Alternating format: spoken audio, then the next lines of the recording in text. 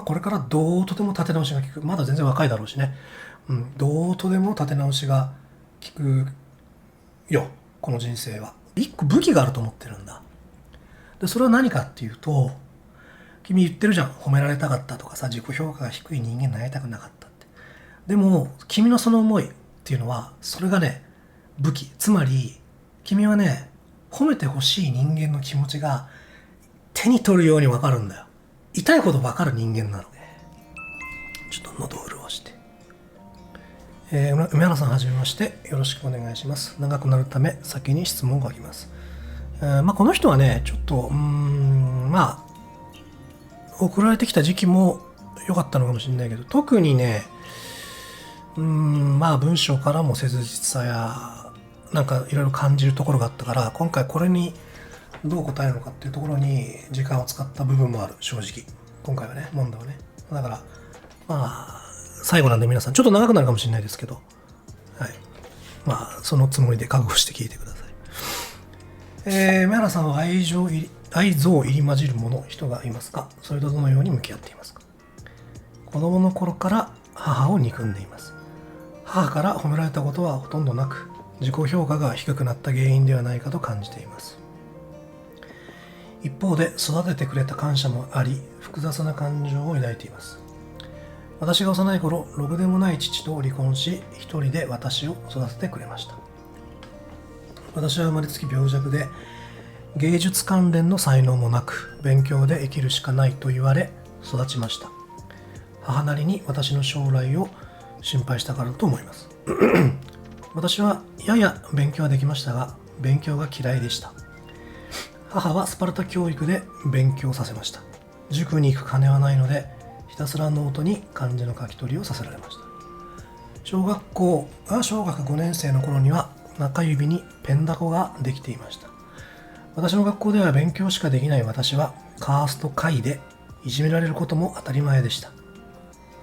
勉強はスト6で言えばマスターとダイヤモンドの境界線くらいの出来でした。でも母はいつもこう言うのです。出る杭は打たれる。ここで調子に乗ってはいけない。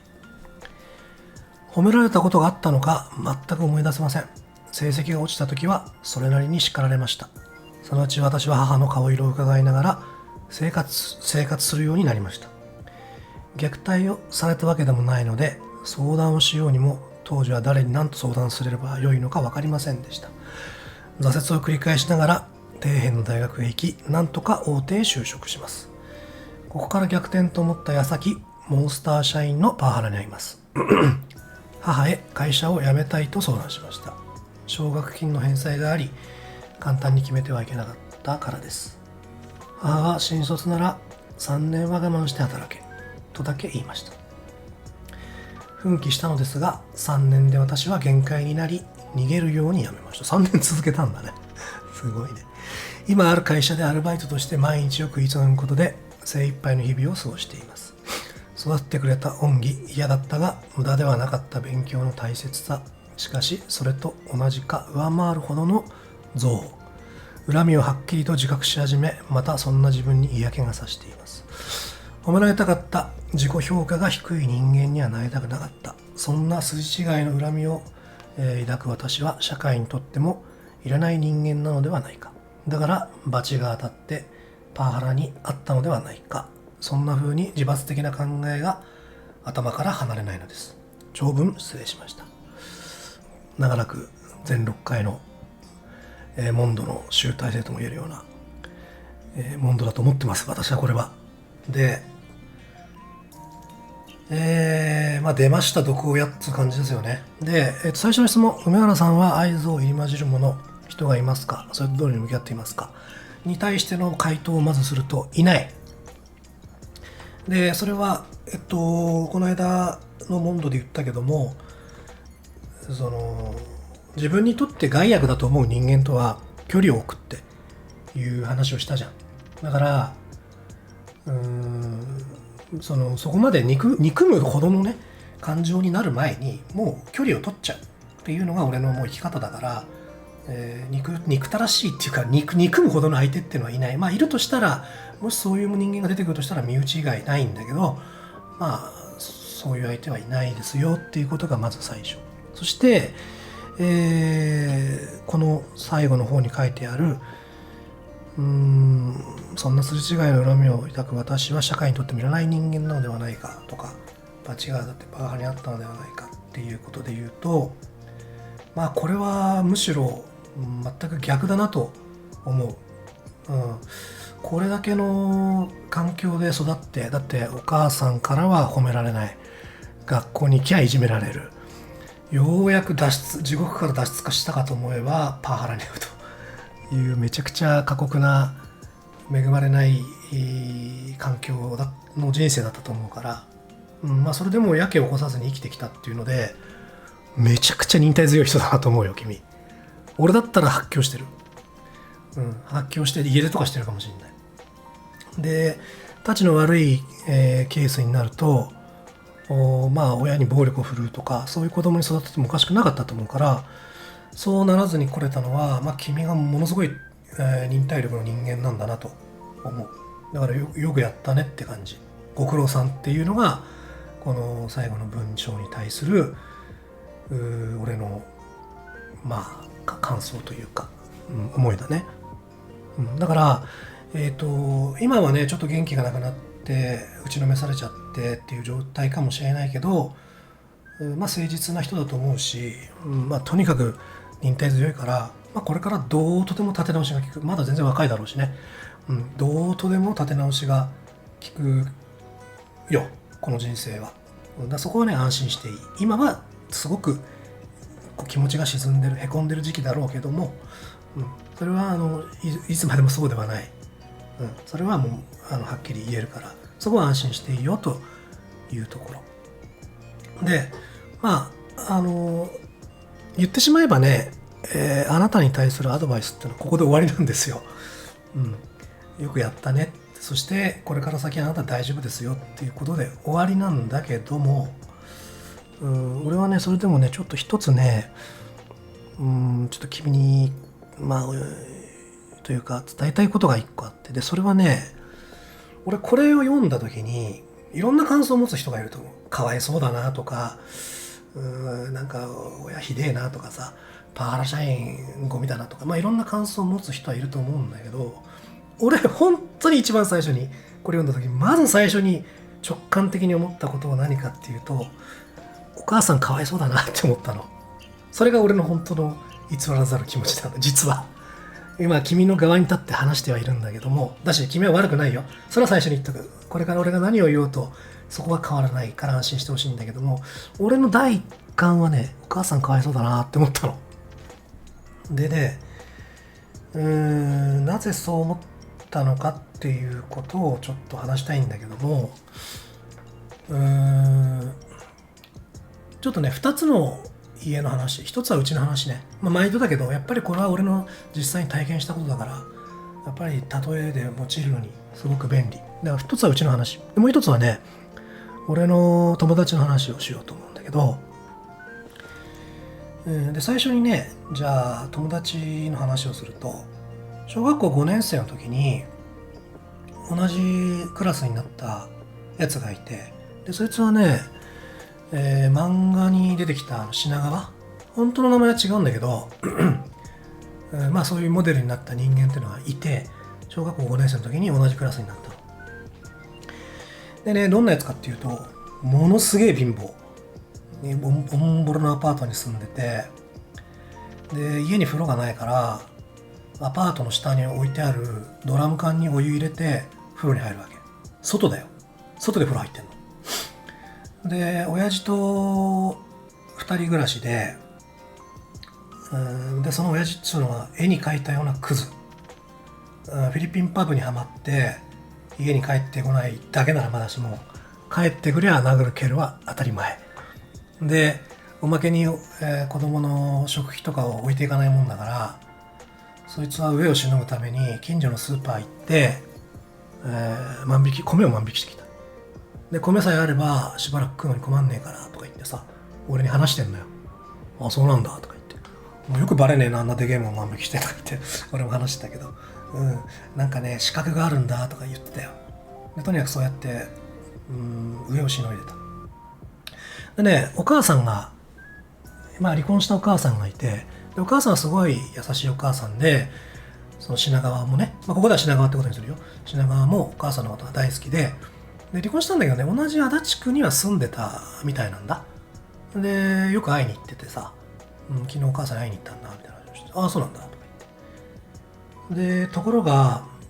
そのお母さんも、確か小学校の高学年ぐらいの時だったと思うんだけどね、癌で亡くなるんだ。どんだけ不幸が続くんだよって思うけど、お母さんが亡くなるわけ。まだ若かったよ。30歳ぐらいだったかな。で、子供心に、この品川お母さんいなくなったらどうなっちゃうんだろうなって俺も思ったけど、で、葬式が、まあ終わって、投稿してくんのかな、どうなのかなって思ってたら、来たんだよ、品川が。来たなって。さぞかし元気ねえだろうなって思ったら、教室に入ってくるなり、みんなおはようみたいな。今日の給食何とか言って、すごいテンションで入ってきたの。当時は俺も子供だからさ、なんだって思ったけど、この年でそれ見たらもうちょっと泣いちゃうよね。でまあそういう、まあ明るいやつではあったんだ。それで、けどまあそのダメ親父は改心することなく、まあ俺はお前のことを育てる気はないと、はっきり伝えてきたらしくて。で、中学卒業したら、出ていけと、この家は。出ていけったってオンボロだよ。フロムドラム缶の家だけども、出ていけと。お前育てる気はない。で、まあ実際そいつは、卒業して、就職してたよ。っていうのが、俺の友達だった品川ってやつの話なんだけど、ただまあ、これもさ、考えようによっては、君のお母さんよりも対処の楽なね、親とも言えるよね。だって、干渉はしてこないから。むちゃくちゃだよ。中学の時一緒にいる間はむちゃくちゃだけど、地獄だけど、卒業しちゃえばもう会うこともねえし、別に頼ってくることもね、なんちゅうの、金をこうさ、たかりに来るわけでもない。本当に別々に生きていくっていうだけだから、まあ自分、ある意味で早い段階で自分一人で生きていくっていう腹が決まる分、対処の楽な親父だったのかもしれない。今思うとね、君のお母さんと比較するとね。もう一つはうちの話で。で、まあこれは散々話してきた話だから、こうなるべく簡潔に話すけども、まあうちのその親父っていうのは、自分の人生で経験した辛いこと、嫌なことっていうのは、子供には経験させないようにしようということを徹底した人だったのね。親だったの。で、それが一番色濃く出てたなと思うのが、子供のやりたいこと、好きなことには口は出さない、否定しないっていうところだったと思う。だから、当時は認められないどころか、もう悪とされていたゲームですらもやるなとか、ゲームのそのものの悪口を言われたことってのは一回もなかった。で、おかげでまあ今この仕事になってるわけなんだけども、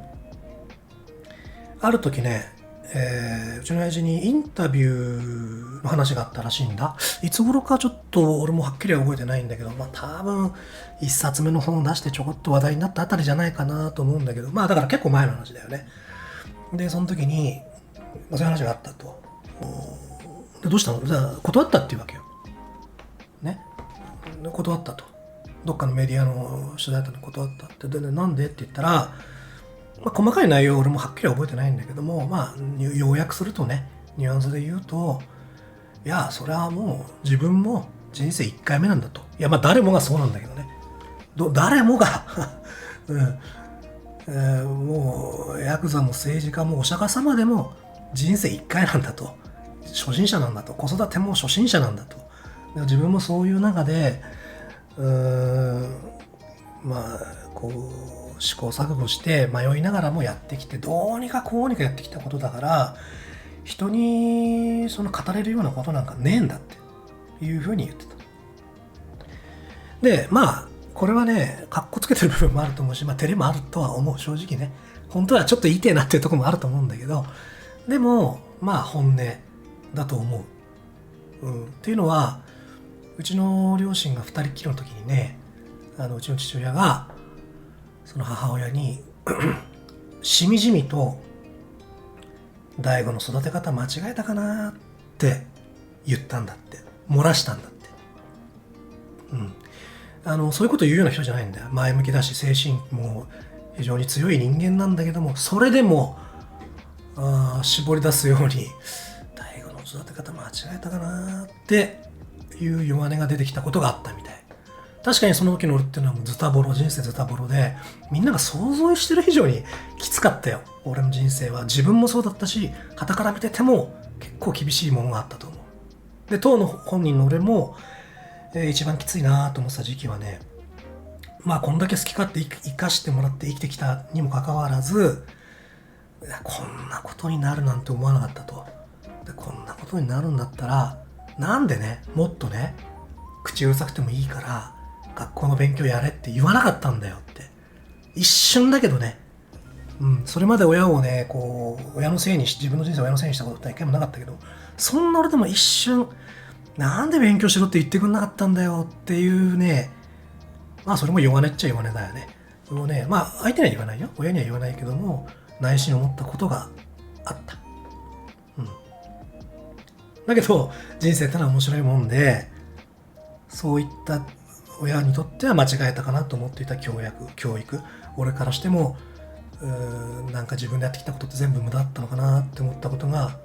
全部さ、オセロのみたいにひっくり返し始めたわけだよ、プロゲーマーになって。ああもうダメだよ、これオセロ勝ち目ねえやってね、人生オセロで例えるとさ、この人生終わったと思ったところで、たった一個石を置いただけでペラペラペラペラペラペラってこう、変わっていくっていうさ、そういうことがあったし、人生っていうのは自分以外のことでもそういうもんなんだなって思うわけで、まあ君のお母さんの話に戻るんだけど、子育てっていうさ、子供の教育っていうもののさ、試験がさね、紙の試験が仮にあったとしたらさ、まあ品川の親父なんか0点だよね。回答用紙何にも記入しないで名前だけ書いて、あとは机に突っ伏して寝てるみたいな。まあそれ俺なんだけどそれ俺なんだけども、まあそういう子育てじゃねえか、品川の親父は。で、君のお母さんは確かに点数は低かったと思う。まあ10点15点、まあいいとこ20点、ど下手くそな間違いだらけの教育だと思う、子育てだと思う。確かに。ただまあ俺知らねえよ、お母さんのこと。見当外れかもしれないけど、この文章を読むにはね、読んで俺が感じたのはね、でもね、こう必死にこう問題と向き合ってテストを受けていたようなね、そんな印象を受けるんだよ。全然わけわかんねえさ、問題も一応空欄だと点数もらえる可能性ゼロだから、とんちんかんな回答なんだけど書こうね。で、一回書いたもんでもやっぱ違うかなと思って消しゴムで消してさ、鉛筆で書き直してまた消してみたいな汚ね回答用紙になって、でもそれでもどうにかこうにか時間いっぱいまでギリギリまで使って回答用紙を埋めたような、まあそんな、なんか印象を受けるんだよね。まあその結果さ、とても低い点数だったわけだけども、でそれもね、なんでじゃあそんなに一生懸命、まあこれ俺の予想だけどね、一生懸命やったにもかかわらずそんなひでえ教育になるかっつったら、まあ、お母さんもまたそういう教育を受けたんだよね。まあこの教育の仕方を見るにあたってさ、人のお母さんのことを悪く言いたくないけど、学もねえだろうよ。ねえ、まあ金がねえのはしょうがないにしても学もないと思う。こんな勉強の仕方ないなと思うもんね。もっと上手に教えれると思う。本人が教育をまともに教育受けてりゃね。だからきっとそういう環境になかったのか、親がそういう親だったのかわかんないけど、とにかくそういう親だったんだと思うんだよ。で、まあきっと悔しい思いや辛い思いしたと思う。まあ独り身だしね、まあ親父の代わりをしようと思って厳しくしたのかなとも思うし。で、けど、じゃあなんとか自分の、まあ親もそうだった、自分もそうだった。じゃあなんとか自分の代では、まあこの負の連鎖を断ち切ろうって思った結果がこうだったんじゃないかと思うんだ。でそのこのねお母さんが言ってたっていうけど、芸術的な才能もない、体力もない。でお母さんに思いつくのはもう学歴だけだったんだよ。学歴さえあればいい仕事に就ける、あんな自分がしてきたような惨めな思いしないで済むって思ったから、こう心を鬼にしてね、やってたんじゃねえかなって思うんだよね。でね、君に今こうすごく打ちのめされた君にはね、俺一個武器があると思ってるんだ。でそれは何かっていうと、君言ってるじゃん、褒められたかったとかさ、自己評価が低い人間になりたくなかったって。でも君のその思いっていうのは、それがね武器。つまり君はね、褒めてほしい人間の気持ちが手に取るように分かるんだよ。痛いほど分かる人間なのね。で実を言うと俺はね、それが分からない人間なんだよ。こうやってモンドとかさやって、人生相談みたいなことも生意気にもやってるけど、実はね、褒められたい人の気持ちあんまりよく分かってない。それは俺が今から考えるとね、当時は分かんなかったけど、周りからよく褒められた子供だったんだよ。おばあさんからも親からも、周りの友達からもね、褒めてもらった子供だったの。運が良かったのか、それ元々の性格がそういう性格だったのか分かんないけど。だから、褒めることや褒められることに鈍感だし無頓着なんだ。で、よく言われるもん。梅ちゃんって人褒めないよねとか、梅さんって人褒めないよねって言われるもん。そうなんだよ。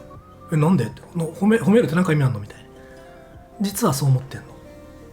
今はモンドだから褒めたり励ましたりするけど、本心の本当の俺の姿ってのはそういうもんじゃないの。だから結果としてはね、いい家族、いい家庭環境だったなと思う、心から。でも俺自身が家族を作った時にはうまくやれない可能性あるなというのは結構ね真面目に思う。でもそこを行くとさ、君はもし子供ができてさね、いざ子育てってなったら、子供が褒めてほしい瞬間にかけてほしい言葉をさ、もう的確にかけてあげれる人なんじゃない？俺そんな気がするんだよ。自分があの時こういう風に言ってもらいたかったなとかさ、そういったことっていうのは痛いほど分かる人間でしょ。もう瞬時に考えるまでもなく褒め言葉が出てくる人だと思うよ。でそれはね、子供が仮にできようができまいが、あなたのこれからの人生、今は落ち込んでしまってるから気がつかないかもしれないけど、あなたはこれから生きていく上でね、非常に強力な武器になる。俺にはない非常な強力な武器で、それをね、こう駆使するってわけじゃないんだけども、自分の人生に役立ててるなーって、子育てでもいいし人間関係でもいいんだけど、思い始めた時に、さっき言ったさ、人生のオセロみたいなものがひっくり返っていくんじゃねえかと思うの。君のこれまでもう終わった積んだって思ってた盤面が俺ひっくり返り始めるんじゃねえかなと思うわけで、その時にはさ、こっから先はちょっと余計なお世話でおせっかいなのかもしれないけど、ちょっとお母さんのことを許してやるわけにいかねえかなって思うんだよな。他人事だからそう言えるんだとかさ、うちの親実際見てねえからそう思うんだって言われるかもしれないし、その通りなんだけど、でもなんかね、そうしてあげてほしいなって、オセロがひっくり返った時にはね。で最初ほら、最初っていうか、お母さんかわいそうだと思ったって話したでしょ。でそれはなぜかというと、多分ね、申し訳ないなって思ってると思うのよ。態度には出さないけど、いや育て方間違えたかなとかさ、もっと褒めりゃよかったかなとかさ、優しくしてもよかったかなとか俺思ってると思うよ。だって品川の家とは違うもん。あそこはもう完全に放棄しちゃってるから何の後悔もないとは思うけど、時間いっぱいギリギリまでさ問題と向き合ってた人間がさ、子供がね、辛いから辞めたいっつってさ、せっかく入った大手の会社辞めたんでしょ。でそれでね、何も感じないってことはね、ないよ。一人の人間だもん。なんか根性ねえやつだなとか思ってるって、そんなことはない。やっぱね、自分の方にね責任が向いてると思うよ。そこは親子だよ。君が自分のせいかなって思ってしまうように、きっとお母さんもそういうね、ふうに思ってると思うよ。うん。で、そう思うならさ、謝りいいじゃんって思うかもしれないけど、ねえ、申し訳ないなって思ってんだったらさ、あの時褒めてほしかったんだよって、勉強できた時に褒めてほしかったんだよって、謝ってくれよって、今からでも褒めてくれよって思うかもしれないけど、それはできない。それはね、親はできないんだよ。うん。ほら、うちの親父もさ、いや、子育て間違えたかなって思ってたって言うけど、そんなのを首にも体に出さないよ。だって、それまでさ、人生の先輩としてさ、ね、親としてさ、俺が正しいんだって、私が正しいんだって態度を取ってきたやつが、どの面下げてさ、ごめん、君の教育間違えちゃったって、どの面下げて言うのよ。言えないよ、そんなこと。ね。それは絶対に口が下げても言えないことなの。子育て間違えちゃいましたわ。だから、申し訳ないなって思ってるとは思うんだけど、言えない。で、謝ってくんないから許さないっていうんだと、関係が修復されないから、なんでこの人男だよね、わかんないけど、女かな、わかんないけど、私がって思うかもしんないけど、これしょうがない。これはね、親を許すのはね、子供の仕事なんだよ。残念ながら。親の方から謝るってことはできないから。どんなにクソな親でもね、許すのは子供の仕事なの。これしょうがないんだよ。だけど、まあさっきも言ったように、お母さんはね、結構厳しい環境にいたんじゃねえかと思う。まあ離婚もしてるしね、ろくでもね、親父と男やつと結婚して。で、子供も子育てもさ、失敗でしたって言われたらさ、ちょっと一人の人間としてあまりにもかわいそすぎないって思っちゃうんだけど。うん。でももし君が、ね、この脈々と受け継がれてきたバトンをさ、繋いで、うまいこと自分の人生、オセロをひっくり返したらさ、で、そしてお母さんのことを許したら、なんかお母さんの人生も救われる気がしないって俺は思うんだ。お母さん単体で見たら、たくさんの不幸があったかもしれないけど、君がそれをさ、一個の石で変えることってできるから。うん。まあ一生かけての大仕事になるかもしれないけど、もし余裕が生まれた際には、ちょっとそういうのことをね、考えてみてほしいなというふうに思って、でもどう伝えたらいいかなっていうところでね、私、今回はだいぶ時間を使いましたよ。あなたの問答で。あなたの問答にたくさん時間使いました。はい。っていうことですね。でもまあ、いずれにしろ、それはまあ俺からのおせっかいだけど、まあ、どっちにしてもね、すごい忍耐力で、大丈夫。あなた自身の単体の人生は、まあ、どうとでもなると思う。立て直しが効くと思うから、まだ若いだろうから、頑張ってください。